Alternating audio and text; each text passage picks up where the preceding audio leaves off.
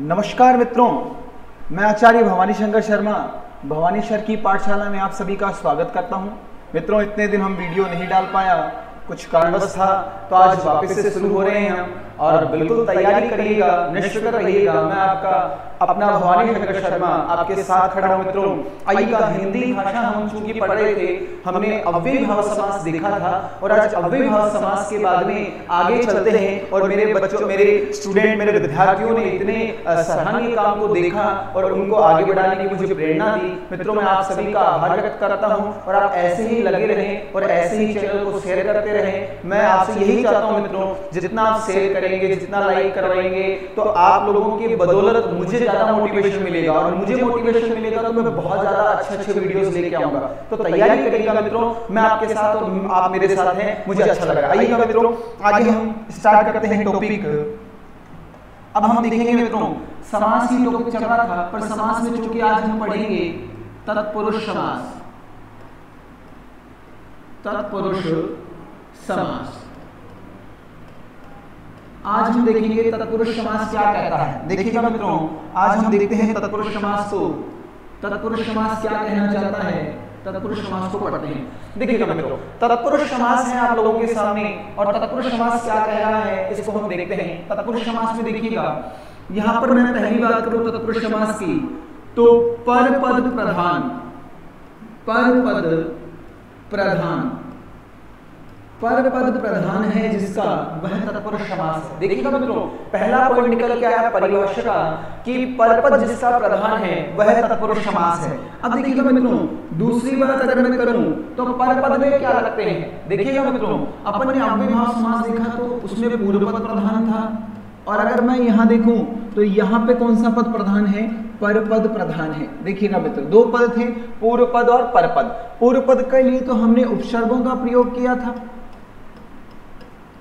और परपद के लिए हम किसका प्रयोग करेंगे, प्रत्यय का। ध्यान रखिएगा मित्र, प्रत्यय का प्रयोग करेंगे। तो देखिएगा यहां पर पूर्व पद उपसर्ग अव्ययीभाव समास, परपद प्रत्यय तत्पुरुष समास। तो ध्यान रखिएगा, प्रत्ययों वाला समास कौन सा है, प्रत्ययों वाला समास कौन सा है, तत्पुरुष समास। बात बहुत जानकारी की है, बहुत गहनता से सीखने को मिल रही है और बहुत ही आसान तरीके से। देखिएगा मित्र, शिक्षक वही है जो गहन अध्ययन करे और उसका सार ऐसे बताए कि पूरा का पूरा गहन अध्ययन उस सार में हो जाए। तो आप ऐसे ही तैयारी करिएगा मित्रों, आपको मजा आ जाएगा आपकी बार रीट में। देखिएगा मित्र, क्योंकि मैं हिंदी संस्कृत दोनों भाषाएं पढ़ाता हूं और दोनों भाषाओं का मेल ऐसा मिलाकर पढ़ाऊंगा कि आप लोगों को 60 नंबर का एग्जाम देना पड़ेगा।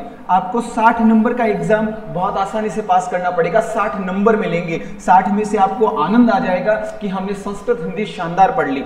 आइएगा मित्रों, आगे चलते हैं। तो इसमें हम देखते हैं मित्रों, यहां पर प्रत्ययों वाला समास कौन सा हो चुका है, तत्पुरुष समास हो चुका है। आगे देखिएगा मित्रों, यहां से एक बात और निकल के आती है, तत्पुरुष समास में परपद प्रधान होगा, तत्पुरुष समास प्रत्ययों वाला होगा। और अगली बात, कारक चिन्हों का लोप, कारक चिन्हों का, कारक चिन्हों का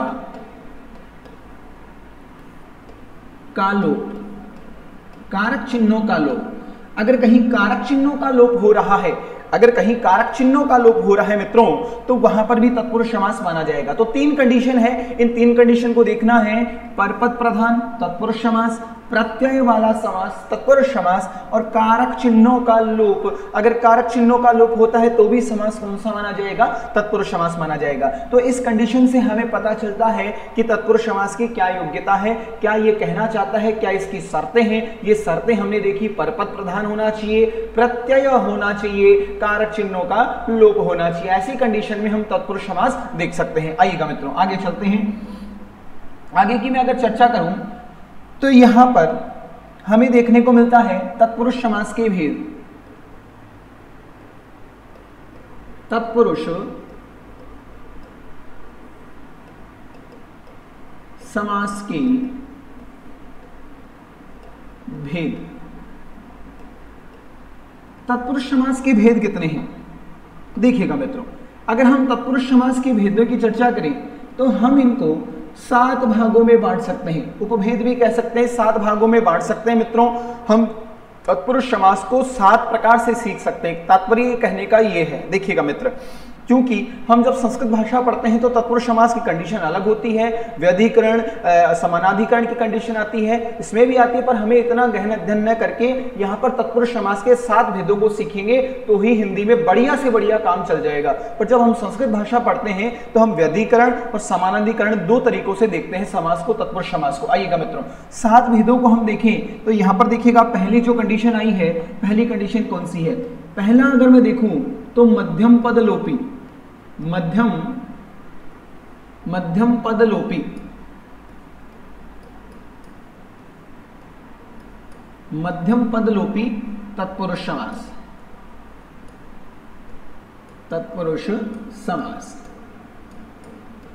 हमने पहला पॉइंट देखा मध्यम पदलोपी तत्पुरुष समास। दूसरे की अगर मैं चर्चा करूं तो दूसरा है कारक चिन्ह लोपी, कारक चिन्ह लोपी,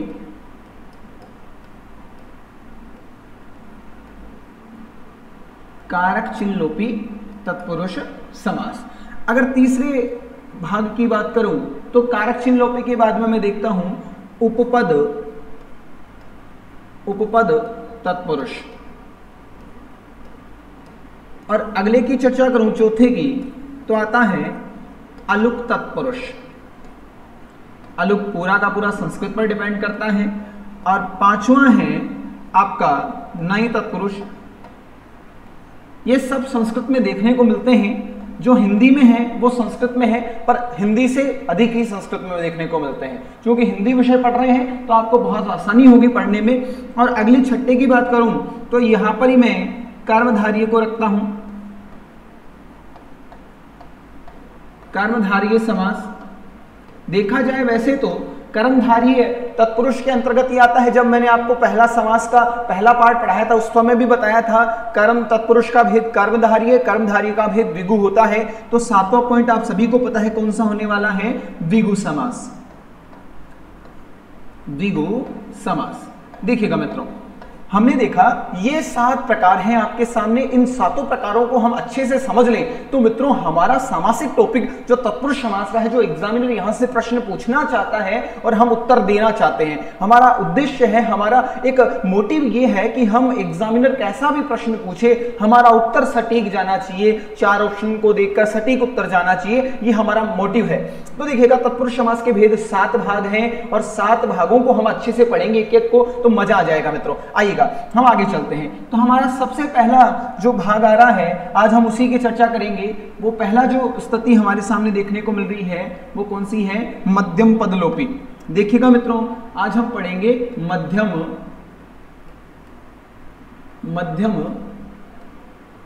पदलोपी, मध्यम पदलोपी तत्पुरुष समास। देखिएगा मित्रों, मध्यम पदलोपी तत्पुरुष समास क्या कहता है, इसको आज हम समझते हैं। मध्यम पदलोपी तत्पुरुष समास क्या कहना चाहता है? देखिएगा मित्रों, पढ़ना बहुत आसान तरीके से है और बहुत ही अच्छे से पढ़ना है। मध्यम पदलोपी तत्पुरुष समास साफ साफ सी बात कह रहा है। यहां पर इसने एक बात कह दी है कि मध्यम पद है भैया, उसका क्या होना चाहिए? लोप होना चाहिए। मध्यम पद लोपी अर्थात मध्यम पद का क्या होना चाहिए? लोप होना चाहिए। ये साफ सी बात कह रहा है, मध्यम पद का लोप होना चाहिए। तो इसकी परिभाषा हम देखें तो यही बन के आती है कि जिस सामासिक विग्रह में से, सामासिक विग्रह में से क्या कर दिया जाए? मध्यम पद का लोप कर दिया जाए। मध्यम पद का लोप कर दिया जाए। अगर मध्यम पद का लोप होता है, मध्यम पद का लोप करना है, न कि शब्द का लोप करना है, पद का लोप करना है। अगर पद का लोप हो जाए तो वहां पर हम देखेंगे, पद का मतलब कारक विभक्ति जुड़ी हो साथ में। पद का मतलब क्या हो? कारक विभक्ति साथ में जुड़ी हो। तो ऐसी स्थितियों का लोप कर दिया जाए तो हम वहां पर देखेंगे कि यहां पर मध्यम पदलोपी तत्पुरुष समास माना जाएगा। तो पद का पूरे के पूरे पद का लोप हो जाए, शब्द का लोप नहीं हो रहा, पद का लोप हो रहा है। देखिएगा मित्रों, जहां विभक्ति लग जाती है वो पद बन जाता है। आइएगा मित्रों देखते हैं। तो यहां पर देखें, हम उदाहरण देखते हैं। जैसे मैंने एक उदाहरण लिखा, मैंने कहा रेल पर चलने वाली गाड़ी। देखिएगा मित्रों, मैंने एक उदाहरण लिखा रेल पर चलने वाली गाड़ी, एक सामासिक विग्रह लिखा रेल पर चढ़ने वाली गाड़ी। तो देखिएगा एक तो रेल है और एक गाड़ी है, इन दोनों के मध्य एक पद आया है पर चलने वाली, चिन्ह युक्त है, विभक्ति युक्त है। इसका हम पूरे के पूरे का लोप कर दें, पर चलने वाले का, अर्थात ये क्या हो गया, मध्यम पद हो गया। ये कौन सा पद है, मध्यम पद है।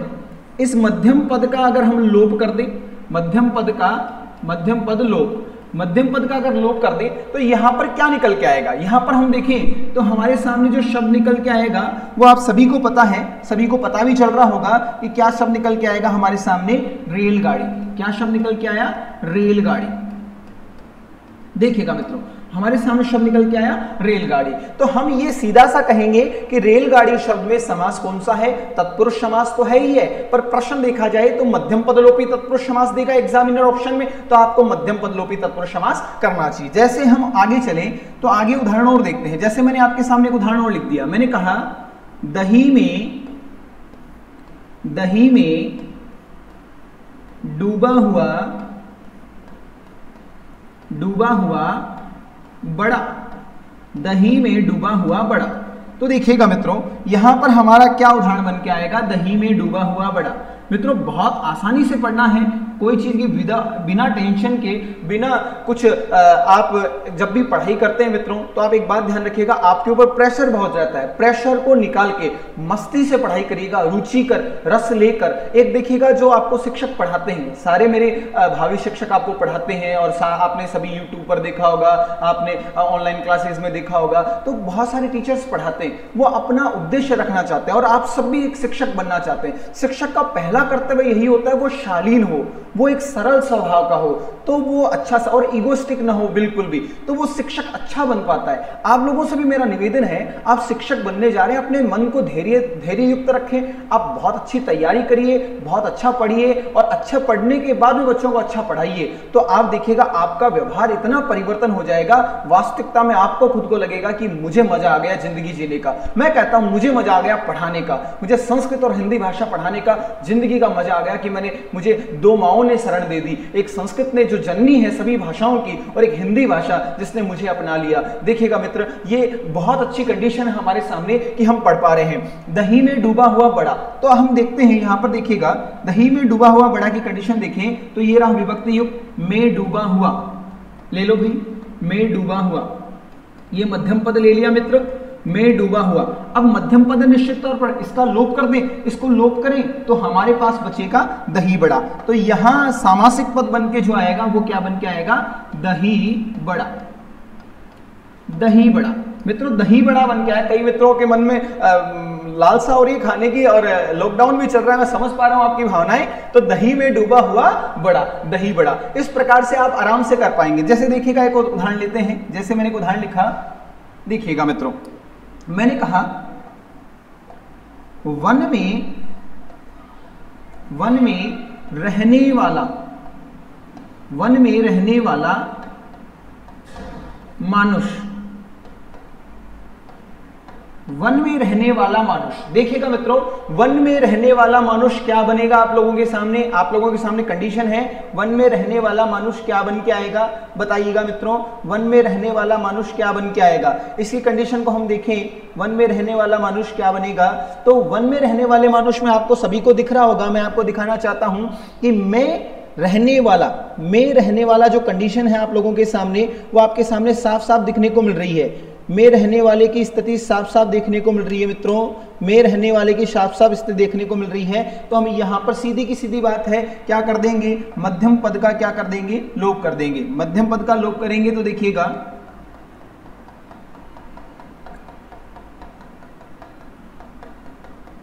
ये साफ साफ बन के आएगा, क्या बन के आएगा, वन मानुष।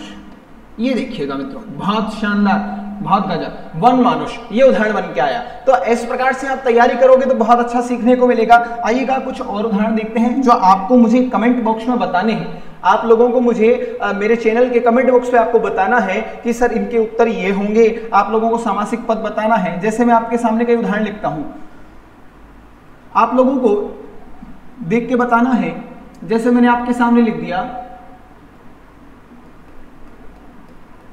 अश्रु लाने वाली गैस,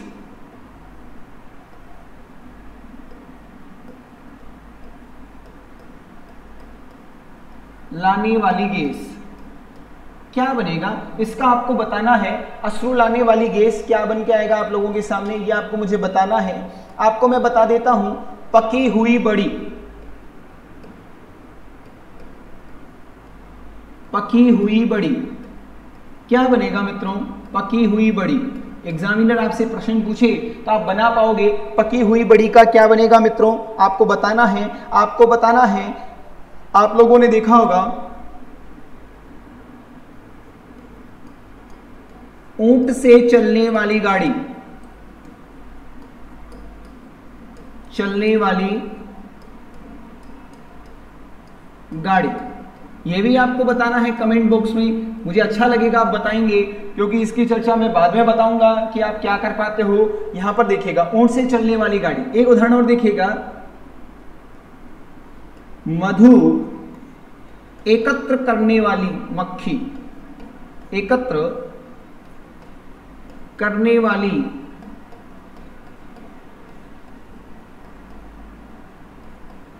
मक्खी, ये आपको बताना होगा। इनके आपको सामासिक पद बताने हैं, और ये कुछ आपको मैं दे रहा हूं जिनको आपको सामासिक विग्रह बताना है, इनका सामासिक विग्रह बताना है। तो यहाँ तो आपको विग्रह बताना है, यहाँ पर सामासिक पद, इनका सामासिक विग्रह बताना है और इनका सामासिक पद बताना है। तो विग्रह बताने के लिए आपको मैं उदाहरण देता हूं, जैसे मैंने कहा वायुयान, इसका क्या सामासिक विग्रह बनेगा, वायुयान का क्या सामासिक विग्रह बनेगा। मैंने कहा गुलाब जामुन, गुलाब जामुन क्या बनेगा, मैंने कह दिया आप लोगों के सामने गुरु भाई क्या बनेगा, गुरु भाई का क्या बनेगा। इनका आपको बताना है मित्रों, आपको आसानी से मिल जाएंगे और आपको याद सोच समझकर बताना है कि आप क्या बता पाओगे। जैसे मैंने कह दिया आप लोगों के सामने गुड़धानी,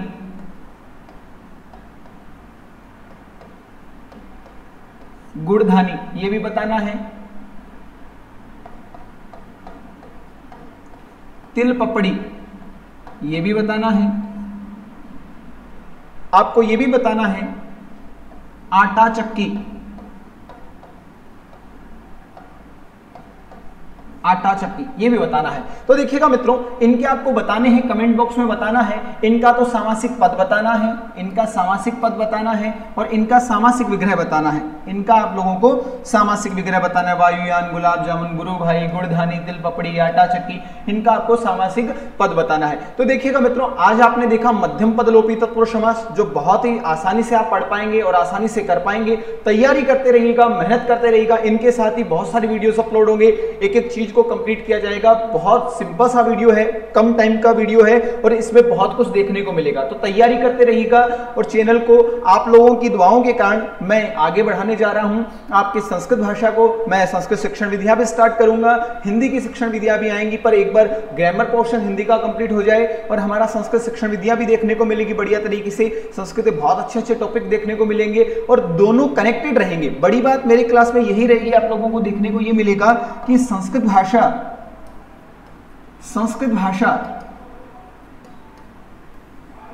और प्लस जो आपकी रीट में आएगी हिंदी भाषा, दोनों भाषाएं रीट के लिए इंपॉर्टेंट हैं।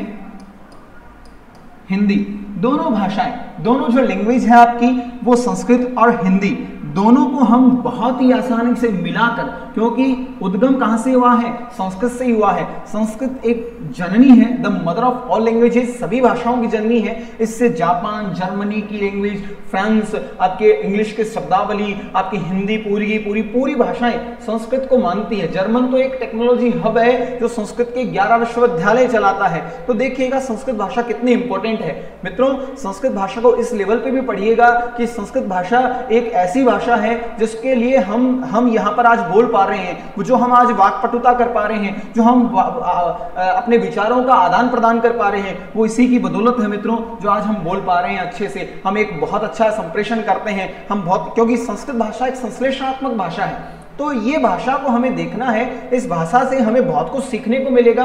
और ये मेरी गारंटी मित्रों, सर्वाधिक अंकदात्री भाषा, अंकदात्री जो भाषा है वो आपकी संस्कृत भाषा है, जो आपको संस्कृति नहीं हिंदी में भी नंबर बढ़िया से बढ़िया कवर करा के जाएगी। तो तैयारी करिएगा, दोनों भाषाएं आप आचार्य भवानी शंकर शर्मा के साथ पढ़ सकते हैं। आचार्य भवानी शंकर, आपका YouTube चैनल मैंने बना रखा है भवानी शर की पाठशाला।